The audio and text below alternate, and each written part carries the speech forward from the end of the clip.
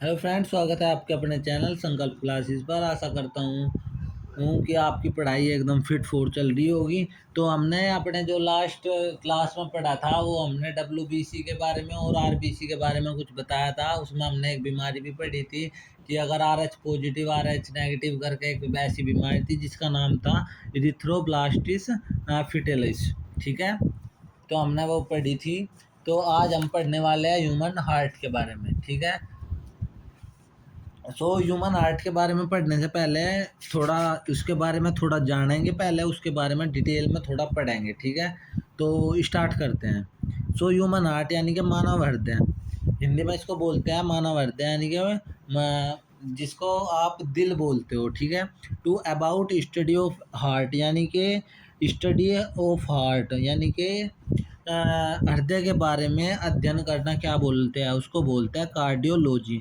और जो हार्ट के डॉक्टर होते हैं उनको क्या बोला जाता है, उनको बोला जाता है कार्डियोलॉजिस्ट। ठीक है, तो उनको क्या बोला जाता है, cardiologist. Human heart is a pumping organ.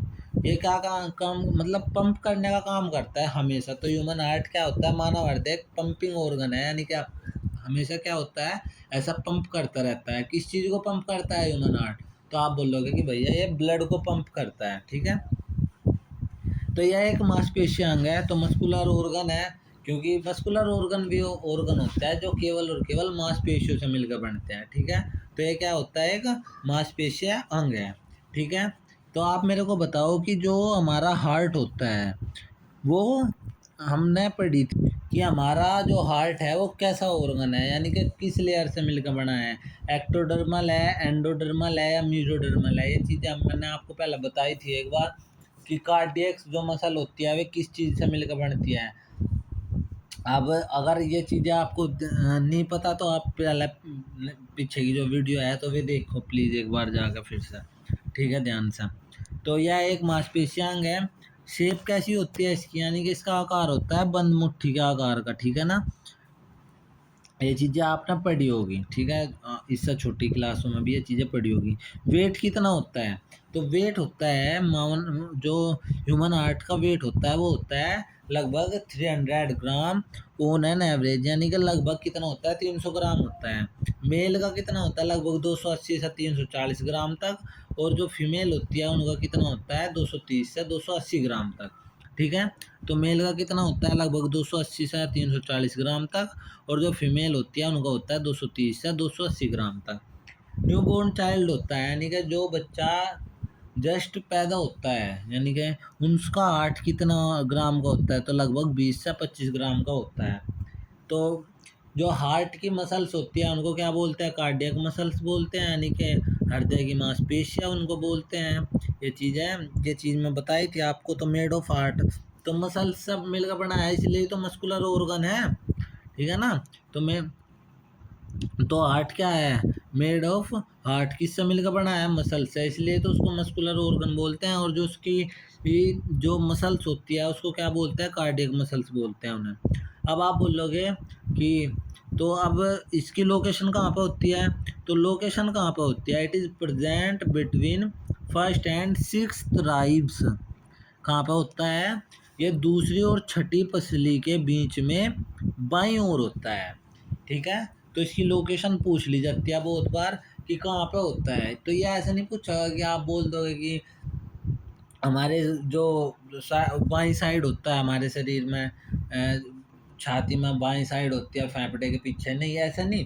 तो ये पूछा कि कौन सी पसली के पीछे होता है, तो दूसरी और छठी पसली के बीच में होता है। ठीक है ना, कहाँ पे होता है, दूसरी और छठी पसली के बीच में बाईं ओर होता है। ठीक है, और अब कहाँ पे होता है बाईं ओर, तो ये हमारा राइट लंग होता है, यानी कि राइट लंग मतलब जो फेफड़ा होता है राइट वाला, और ये होता है लेफ्ट लंग्स। ठीक है, ये मतलब लेफ्ट वाला। तो इसलिए बोलते हैं ना कि हमारा जो लेफ्ट लंग है वो राइट लंग्स का थोड़ा सा क्या होता है, छोटा होता है। क्यों होता है, क्योंकि उसमें क्या होती है, जो हमारा लेफ्ट लंग्स होते हैं, लंग होता है, उसमें जो हमारा हार्ट होता है उसकी जगह होती है, जिसको एक मतलब गुफा टाइप में होता है, उसके उसके उसमें गुफा टाइप में होता है जिसको बोलते हैं हृदय हृदय गुहा। जहाँ पर हृदय होता है उसको क्या बोलते हैं, हृदय हृदय गुहा बोलते हैं। ठीक है, किसके पीछे होता है, बेलो लेफ्ट लंग यानी कि लेफ्ट लंग के पीछे होता है, ठीक है। डन। अब नेक्स्ट चलते हैं, तो नेक्स्ट अब हम पढ़ेंगे हार्ट के बारे में थोड़ा। तो हार्ट की क्या होता है, हार्ट वॉल होते हैं भाई। हार्ट वॉल, सेफ्टी तो चाहिए ना हार्ट को, देखो कितनी सेफ जगह पे रखा है हार्ट। पहले राइब्स मतलब पसलियों के नीचे है कि वहाँ तक कोई भी बहुत सा अगर कोई झटका लगता है या कुछ लगता है हमें तो बहुत मुश्किल था हार्ट के पास तक जाती है, और हार्ट के पास अगर कोई चोट चली जाती है तो फिर वो जल्दी से ठीक भी नहीं हो पाएगी, ठीक है। तो बहुत सेफ्टी में रखा है वैसा है ह्यूमन हार्ट को, ठीक है ना। तो और अब उसके ये जो हार्ट होता है उसके चारों तरफ एक हार्ट वॉल होती है, यानी कि जिसको हृदय भित्ति बोलते हैं। वो 3 लेयर से मिलकर बनी होती है। जो सबसे बाहरी लेयर, ये इम्पोर्टेंट है, ये पूछ लिया जाता है कि जो हार्ट की सबसे बाहरी लेयर कौन सी का क्या नाम है, मिडल वाली लेयर का क्या नाम है, और जो सबसे आंतरिक लेयर होती है इनर लेयर उसका क्या नाम है। तो जो सबसे बाहरी लेयर होती है उसको बोलते हैं एपिकार्डियम, ठीक है। और जो मिडल वाली होती है उसको बोलते हैं मेसोकार्डियम, और जो सबसे अंदर वाली होती है उसको बोलते हैं एंडोकार्डियम, ठीक है। एपिकार्डियम, मेसोकार्डियम और एंडोकार्डियम। अब हार्ट वॉल के बाद एक झिल्ली भी होती है, ठीक है। तो ये पूछते हैं कि हार्ट वॉल के बाद एक झिल्ली होती है उसे क्या बोलते हैं, तो उसे बोलते हैं पेरिकार्डियम झिल्ली। इंपॉर्टेंट है, याद रखना है तो कि हार्ट में कौन सी झिल्ली होती है, तो हार्ट में होती है पेरिकार्डियम झिल्ली, ठीक है। अब थोड़ा और, अब आप देखो, अब बिल्कुल आसान उस तक समझाने की कोशिश की है। वैसा आर्ट ऐसा बनता नहीं, लेकिन मैं नॉर्मल ऐसा बना दिया है आपके लिए कि आपको समझ में अच्छी तरह से आ जाए, ठीक है ना। तो देखो, जैसे ये हार्ट है, ये होता है हमारे जो ऊपरली साइड होते हैं इनको बोलते हैं हम आलिंद, और नीचे होते हैं इनको बोलते हैं क्या, नीले। तो आलिंद को क्या बोलते हैं, आलिंद को बोलते हैं एट्रियम, और नीले को बोलते हैं वेंट्रिकल, ठीक है। वैसे मैंने इसमें हिंदी में ही लिख रखे हैं, आप इंग्लिश में अगर नोट करना चाहो तो कर सकते हो कि आलिंद को क्या बोलते हैं, आलिंद को बोलते हैं एट्रियम, क्या बोलते हैं, एट्रियम। और जो नीला होता है उसको क्या बोलते हैं, उसको बोलते हैं वेंट्रिकल। तो नीला कहाँ होता है, नीचे, तो इसको बोलते हैं वेंट्रिकल, ठीक है, वेंट्रिकल। इनको आप नोट कर सकते हो, नोट डाउन कर सकते हो, ठीक है। तो जो ऐसा होता है, तो ऊपरली साइड क्या होते हैं, ऊपरली साइड होते हैं आलिंद, और नीचे की साइड होते हैं वे होते हैं नीला, यानी कि ऊपर होते हैं एट्रियम और नीचे होते हैं वेंट्रिकल, ठीक है। तो जो ये होता है इसको बोलते हैं दायां आलिंद, इसको बोलते हैं बायां आलिंद। ये होता है दायां नीला और ये होता है बायां नीला, ठीक है। जो हार्ट के बीच में ऐसा दीवार होती है, उस दीवार को क्या बोलते हैं, उस दीवार को बोलते हैं हम सेप्टम, ठीक है। तो जो आलिंद और नीला यानी कि दायां आलिंद और दायां नीला और बाएं आलिंद और बाएं नीला के बीच में जो दीवार होती है उसको क्या बोलते हैं, सेप्टम बोलते हैं, ठीक है। अब नीचे चलते हैं, तो हमारे हार्ट को सबसे बड़ा और सबसे मजबूत चैम्बर क्या होता है, तो हमारे हार्ट का सबसे बड़ा और सबसे मजबूत चैम्बर होता है, वो होता है बायां नीला यानी कि ये वाला चैम्बर। तो ये क्या होता है, सबसे स्ट्रॉन्ग चैम्बर होता है, सबसे क्या होता है, मजबूत चैम्बर होता है। अब ये चीज़ आप आगे पता कर चलेगा आपको कि ये सबसे मजबूत ये क्यों होता है, ठीक है ना। तो अगर आपसे पूछे कि हमारे हार्ट का सबसे मजबूत चैम्बर कौन सा होता है, तो आप बोलोगे कि बायां नीला या लेफ्ट वेंट्रिकल, ठीक है, बायां नीला या लेफ्ट वेंट्रिकल, ठीक है। अब थोड़ी और एक्स्ट्रा जानकारी, नॉलेज इसमें ले लेते हैं हम, क्योंकि ये एग्ज़ाम के पॉइंट ऑफ व्यू से बहुत इंपॉर्टेंट है कि मछली के हार्ट में कितने चैम्बर होते हैं। तो जो मछली होती है उसके हार्ट में कितने चैम्बर होते हैं, तो उसके हार्ट में होते हैं 2 चैम्बर। और जो इसमें नोट करने की चीज़ें हैं कुछ, जो डॉल्फिन होती है और वेल फिश होती है, ठीक है। डॉल्फिन और वेल फिश होती है उसके हार्ट में कितने चैम्बर होते हैं, क्योंकि ये इनको आप मछली नहीं कह सकते, ये क्या होते हैं, मैमल्स होते हैं, ठीक है। तो डॉल्फिन भी और वेल फिश भी ये क्या होती है, मैमल्स। और मैमल्स के चैम्बर, मैमल्स के हार्ट में कितने चैम्बर्स होते हैं, तो आप बोलोगे 4। तो इनके में भी कितने होंगे हार्ट में चैम्बर, तो आप बोलोगे 4। और largest heart of the universe यानी कि सबसे बड़ा दिल किसका होता है यूनिवर्स में, तो यूनिवर्स में सबसे बड़ा दिल होता है वो होता है व्हेल फिश का, यानी कि व्हेल मछली का। लगभग 250 से 300 किलोग्राम तक का होता है वो, ठीक है ना। तो वेल फिश का हार्ट का जो वजन होता है वो कितना होता है, तो वो होता है लगभग 250 से 300 किलोग्राम तक का, ठीक है। तो अब नेक्स्ट देखते हैं। तो फ्रॉग और एम्फीबियंस, यानी कि जितने फ्रॉग है और एम्फीबियंस है, यानी कि उभयचर होते हैं जितने भी, उनके हार्ट में कितने चैम्बर होंगे, तो उनके हार्ट में होते हैं 3 चैम्बर, ठीक है। स्नैक्स, लिजर्ड लिजर्ड यानी कि छिपकली, रेप्टाइल्स, सरीसृप होते हैं जितने भी, उनके हार्ट में कितने चैम्बर होते हैं, तो उनके हार्ट में चैम्बर होते हैं 3 चैम्बर, ठीक है। तो फ्रॉग और एम्फीबियंस के हार्ट में कितने चैम्बर होते हैं, तो 3 चैम्बर। और स्नैक्स, लिजर्ड, रेप्टाइल्स यानी कि सरीसृप, यानी कि सरीसृप ये होते हैं जो नीचे का जो अपना पेट है उसको घिसा कर चलते हैं, धरती का मिला कर चलते हैं, उनको बोलते हैं सरीसृप। उनके कितने होते हैं, तो उनके भी हार्ट में 3 चैम्बर होते हैं। और फ्रॉग और एम्फीबियंस यानी कि जो उभयचर होते हैं, जो जल और थल दोनों में रहते हैं, उनके भी हार्ट में कितने चैम्बर होते हैं। और जो बर्ड्स होती है, बर्ड्स के हार्ट में कितने चैम्बर होते हैं, तो आप बोलोगे बर्ड्स के हार्ट में 4 चैम्बर होते हैं। एनिमल्स के हार्ट में कितने चैम्बर होते हैं, एनिमल्स में तो लगभग सब आप बोलोगे मैमल्स में आते हैं, तो वे भी कितने होते हैं, 4 चैम्बर होते हैं। कॉकरोच है, जो कॉकरोच के हार्ट में कितने चैम्बर होते हैं, तो कॉकरोच के हार्ट में 13 चैम्बर होते हैं, ठीक है। और उसके बाद आता है क्रोकोडाइल। ये क्या है, एक एक्सेप्शन है। वैसे तो ये क्या होता है, एक सरीसृप होता है क्रोकोडाइल, लेकिन इसके हार्ट में कितने चैम्बर होते हैं, सरीसृप के हार्ट में कितने चैम्बर होते हैं, 3 चैम्बर होते हैं। लेकिन क्रोकोडाइल के जो हार्ट में, उसके हार्ट में कितने चैम्बर होते हैं, उसके हार्ट में होते हैं 4 चैम्बर, ठीक है। उसके बाद हम कुछ और पढ़ेंगे ब्लड वेसल्स के बारे में, ठीक है। ब्लड वेसल्स होती है कि रक्त वाहिकाएं उनको बोलते हैं, जिनमें जिनमें से क्या होता है, ब्लड बहता है हमारी बॉडी में, ठीक है ना। जिनमें हमारी बॉडी, जिनसे हमारी बॉडी में, पूरी बॉडी में ब्लड का सर्कुलेशन होता है, ठीक है। तो 3 टाइप की ब्लड वेसल्स हमारी बॉडी में होती हैं, धमनी, शिरा और केशिकाएं, ठीक है।